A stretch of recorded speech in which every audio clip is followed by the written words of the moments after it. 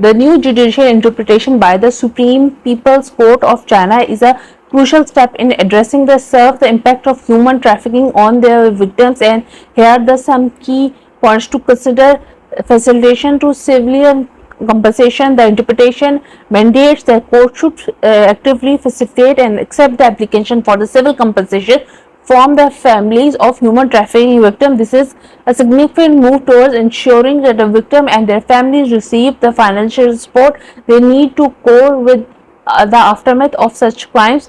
Recognition of psychological and financial impact. The interpretation acknowledges the serves the psychological trauma and the financial burdens that a human trafficking imposes on the victims and their families. By providing a legal avenue for compensation, the court are recognized the need for comprehensive support system for those affected, strengthening legal framework. This interpretation strengthening the legal framework of combating human trafficking by ensuring the victims' families have access to justice and compensation. It is aligned with the international standards that emphasize the importance of victim compensation as a part of holistic approach to addressing human trafficking. Public and legal response. The move reflects the increasing public and legal recognition of the needs of the individual human trafficking more effectively.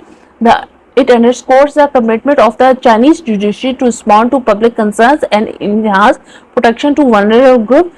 Implementation and enforcement. The effectiveness of this judicial interpretation will depend upon the implementation and enforcement.